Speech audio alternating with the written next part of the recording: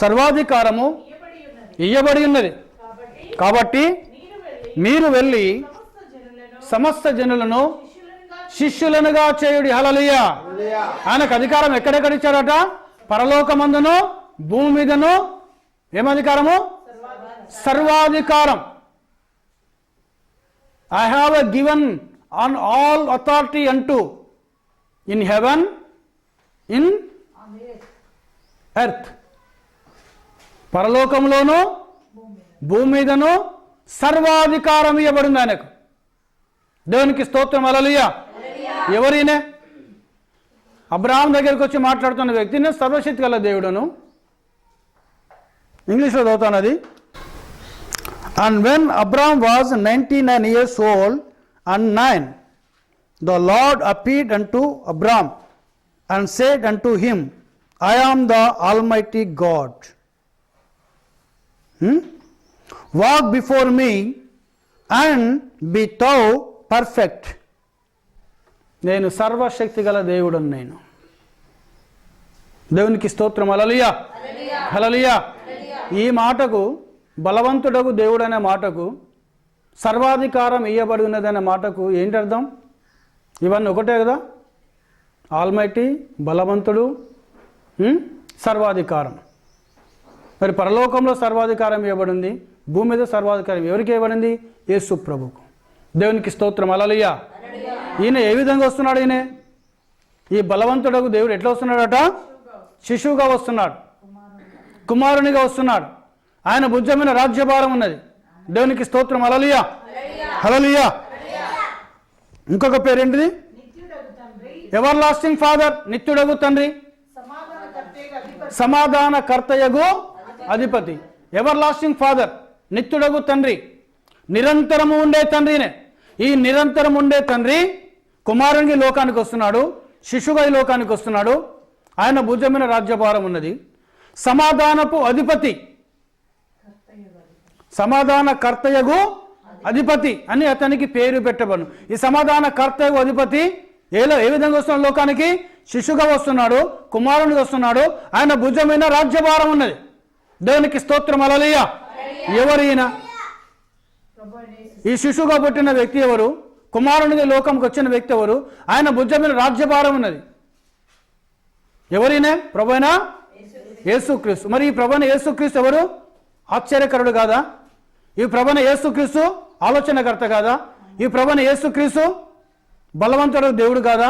ఈ ప్రభువైన యేసుక్రీస్తు నిత్యుడగు తండ్రి కాదా? ఈ ప్రభువైన యేసుక్రీస్తు సమాధానకర్తయగు అధిపతి కాదా? అవునా కదా? మరి ఈయనకు ఇంకో తండ్రి ఉన్నాడా? యెహోవా ఆయనకు ఎట్లా తండ్రి అవుతాడు? ఆయన త్రియేక దేవుడు ఎలా అవుతాడండి? ఆయన త్రిత్వంలో ఏకత్వం ఎలా అవుతాడు? ఆయన దేవుని పరిశుద్ధ నామానికి మహిమ. హల్లెలూయా. హల్లెలూయా. ఆయన ఒక్కడే, దేవుడు ఒక్కడే. బైబిల్ చాలా స్పష్టంగా చెప్తుంది, దేవుడు ఒక్కడే. ఆయన మనతో ఉండడానికి, మనతో కలిసి ఉండడానికి మానవ రూపం ధరించుకొని ఈ లోకానికి వచ్చాడు. కానీ ఆయన దేవుడు. ఆయన ఎవరట? ఆయన దేవుడైన. హల్లెలూయా. ఇక్కడ అపోస్తలుడైన పౌలు హెబ్రీ పత్రిక 7వ అధ్యాయంలో ఏమంటున్నాడు? ఆయన షాలేము సమాధానపు రాజు అని అర్థం ఇచ్చినట్టు షాలేము రాజు అని అర్థం. సమాధానపు రాజు అయిన, సమాధానపు కర్తయగు అధిపతి. రాజులకు ఏముంటుంది? అధికారం ఉంటుంది. దేవునికి స్తోత్రం. హల్లెలూయా. దేవునికి మహిమ కలుగును గాక. ఎవరైనా అతడు తండ్రి లేనివాడు, తల్లి లేనివాడు, వంశావళి లేనివాడు, జీవిత కాలమునకు ఆది అయినను జీవమునకు అంతమైనను లేనివాడై ఉండి దేవుని కుమారుణ్ణి పోలియున్నాడు. దేవునికి స్తోత్రం. హల్లెలూయా.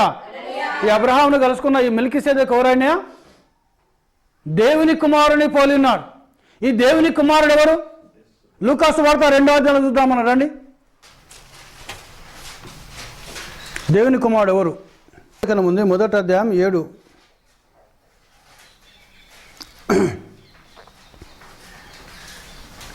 మొదటిగా చదువుకుంటూ వద్దాం. యేసుక్రీస్తు దాసుడును అపోస్తుడుగా ఉండుటకు పిలువబడిన వాడును, దేవుని సువార్త నిమిత్తము ప్రత్యేకింపబడిన వాడనైన పౌలు రోమాలో ఉన్న దేవుని ప్రియులందరికీ అనగా పరిశుద్ధులుగా ఉండుటకు పిలువబడిన వారందరికీ శుభమని చెప్పి రాయనది మన తండ్రి అయిన దేవుని నుండి ప్రభువైన యేసుక్రీస్తు నుండి కృపా సమాధానములు మీకు కలుగునుగాక. మనకు తండ్రి అంటున్నాడు ఆయన. దేవునికి స్తోత్రం. హల్లెలూయా, హల్లెలూయా. ఎవరికి తండ్రి? దేవుడు మనకు తండ్రి, మన పరలోకపు తండ్రి ఆయన. దేవునికి స్తోత్రం. హల్లెలూయా, దేవునికి స్తోత్రం. హల్లెలూయా. ఇక్కడ యేసుక్రీస్తుకు తండ్రి అని చెప్తాడు అపోస్తలుడైన పౌలు. దేవునికి మహిమ. హల్లెలూయా. ప్రభువైన యేసుక్రీస్తు నుండి కృపా సమాధానం మీకు కలుగునుగాక. దేవుడు తన కుమారుడును మన ప్రభు అయిన యేసుక్రీస్తు విషయమైన సువార్తను పరిశుద్ధ లేఖనములందు తన ప్రవక్తల ద్వారా ముందు వాగ్దానము చేసెను. యేసుక్రీస్తు ఎవరట? దేవుని కుమారుడు. ఇక్కడ వంశవాళ్ళు లేనివాడు ఎవరు? దేవుని కుమారుని పోలున్నాడు. ఎవరటైనా? మెల్కీసెదెక్. జీవితకాలంలో ఆది అయినను జీవములకు అంతమైన లేనివాడు. అతడు తండ్రి లేనివాడు, తల్లి లేనివాడు, వంశవాళ్ళు లేనివాడు ఆయన. దేవునికి స్తోత్రం. హల్లెలూయా, దేవునికి మహిమ. హల్లెలూయా. ఏమీ లేనివాడు, ఆది లేనివాడు, అంతం లేనివాడు. అందుకని నిత్యుడగు తండ్రి కుమారునికి లోకానికి వచ్చాడు. నిత్యుడగు తండ్రి శిశువుగా ఈ లోకానికి వచ్చాడు. దేవునికి స్తోత్రం. హల్లెలూయా, హల్లెలూయా.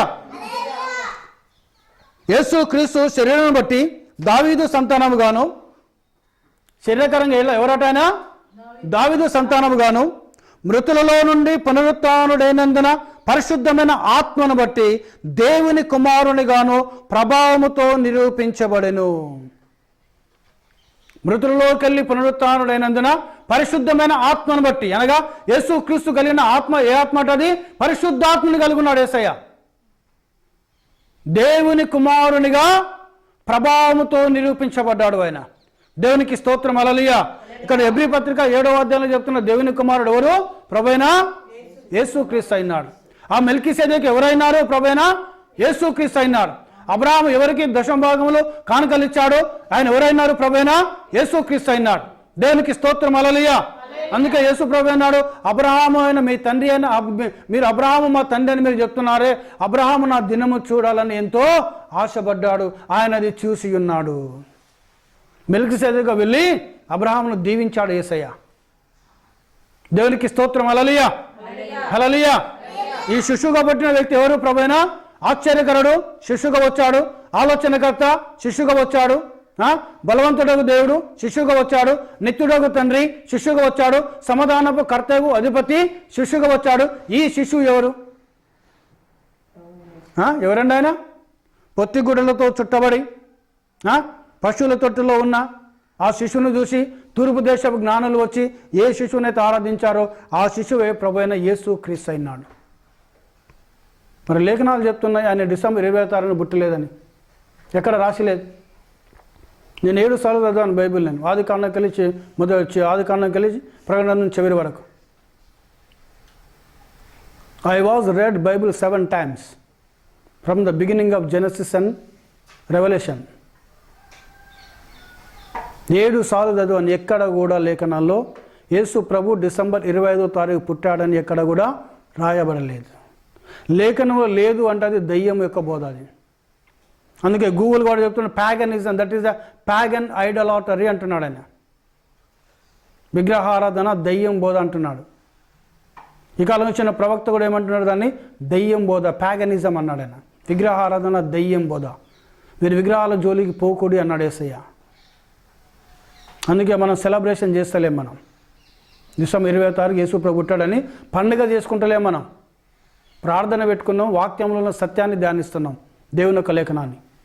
అందుకే యేసయ్యను లేఖనాలను పరిశోధించండి, మీకు నిత్య జీవనం నమ్ముతున్నారు కదా, ఆ లేఖనాలే నా గురించి సాక్ష్యం ఇస్తున్నాయి. దేవునికి స్తోత్రం. హల్లెలూయా, హల్లెలూయా. సో ఈరోజు డిసెంబర్ 25వ తారీఖు యేసు ప్రభు పుట్టినరోజు కాదు, లేఖన సైతముగా. దేవునికి మహిమ కలుగును గాక. హల్లెలూయా. ఈరోజు నువ్వు దేవుని ఆరాధించవచ్చు. ఏ రోజైనా నువ్వు దేవుని ఆరాధించవచ్చు. యేసు ప్రభు దేవుడు అయినాడు. యేసు ప్రభు ఆశ్చర్యకరుడు. యేసు ప్రభు ఆలోచనకర్త. యేసు ప్రభు బలవంతుడగు దేవుడు. యేసు ప్రభు నిత్యుడగు తండ్రి. యేసు ప్రభు సమాధాన కర్తయగు అధిపతి. యేసు ప్రభు మెల్కీసెదెకు. ఆయన జీవితానికి అంతము లేదు, ఆది లేదు, అంతము లేదు. ఆయన వంశవాళి లేనివాడు, ఆయన తల్లి లేనివాడు, తండ్రి లేనివాడు, వంశవాళి లేనివాడు ప్రభువైన యేసుక్రీస్తు అయినాడు. ఆయన దేవుని కుమారునిగా ఈ లోకానికి వచ్చాడు. ఆయన మరణమును జయించాడు దేవుని కుమారునిగా. ఆయన తిరిగి లేచాడు. ఆయన మనుష్య కుమారునిగా మానవుల పాపాల కోసం ఈ లోకంలోకి వచ్చాడు. ఆయన దేవుని కుమారునిగా మరణమును జయించి ఆయన తిరిగి లేచాడు. ఆయన దావీదు కుమారునిగా 1000 ఏళ్ల పరిపాలనలో యెరూషలేములో ఉండి బంగారు సింహాసనం కూర్చొని పరిపాలించబోతున్నారు తన పెళ్లి కుమార్తెతో కలిసి. ఆయన మనుష్య కుమారుడు, దేవుని కుమారుడు, దావీదు కుమారుడు. ఆయన తండ్రిగా పైనున్నాడు, కుమారుడిగా మన కోసం ఈ లోకానికి వచ్చాడు.